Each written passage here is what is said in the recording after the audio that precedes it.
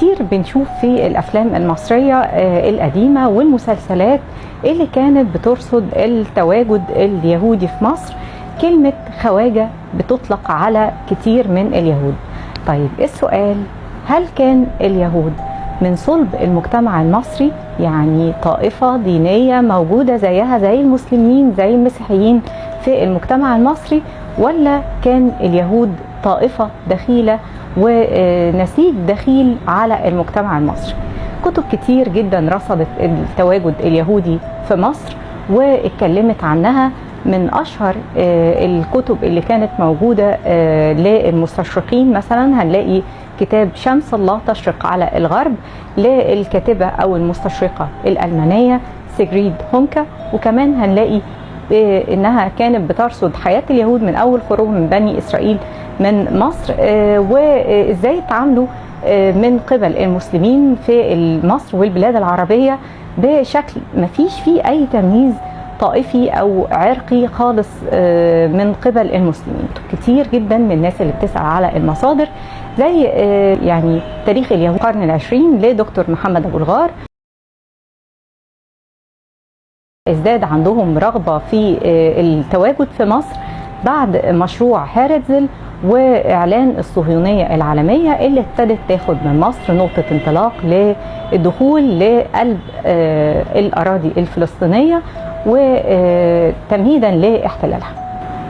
وفضل توافد اليهود في مصر يزيد لغاية ما وصل سنة 47 عدد اليهود في مصر كان 65,639 يهودي. المفاجأة ان 5,000 واحد بس من ال 65,639 واحد يهودي هم الحاصلين على الجنسية المصرية، 5,000 واحد، و30,000 حاصلين على جنسيات أجنبية، إيطاليين، فرنساويين، ألمان، يونانيين، إنجليز، والباقي غير محددي الجنسية. يعني ايه غير محددي الجنسية؟ يعني لم يثبت ان هو منسوب لبلد ما، هو ما معهوش جنسية، مش معروف له جنسية. طيب دول حاصلين على ايه؟ مش حاصلين على جنسيات خالص. دول بيجوا لما بيجوا يسافروا بياخدوا وثيقة لان ما عندهمش باسبور، فبياخدوا وثيقة ان هم خارجين مصر وداخلين تاني بالوثيقة دي. فالإجمالي عدد المصريين اللي كان موجودين من 65,639 يهودي هم ال 5,000 اللي منسوبين للجنسية المصرية بس، والباقي أجانب. طيب الباقي الأجانب دول ليه هل مصر مثلا أو المصريين أو أي حد في العالم مش عارف الفرق ما بين اليهودية والصهيونية؟ أكيد كلنا عارفين الفرق ما بين اليهودية والصهيونية، وإن الديانة مفيش حد بيقدر يتكلم عنها، وبالتالي إن ال 5,000 اللي موجودين مصريين اللي منسوبين للأراضي المصرية هم كان ليهم حقوقهم عادي خالص زيهم زي أي مواطن مصري. طيب والباقي؟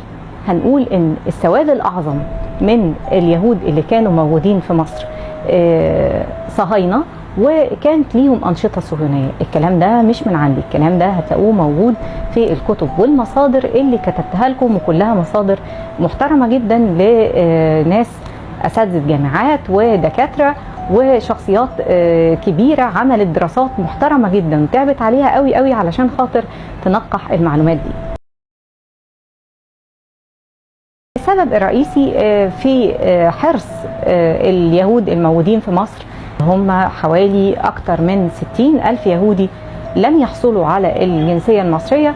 حرصهم الشديد كان لأن الجنسية الأجنبية كانت بتديهم امتيازات كتير، لو هم بيتحاكموا قدام المحاكم بتاعتنا فتكون مش في صالحهم، ولا هم يعني زيهم زي المصريين لأن ليهم واسطة عند القنصليات بتاعتهم وحماية، وبالتالي ان اي حاجة هم بيرتكبوها بيلاقوا يعني حماية ودعم من قبل القنصليات الأجنبية، واللي هم كانوا حاسين انها كعبها عالي على الحكومة المصرية.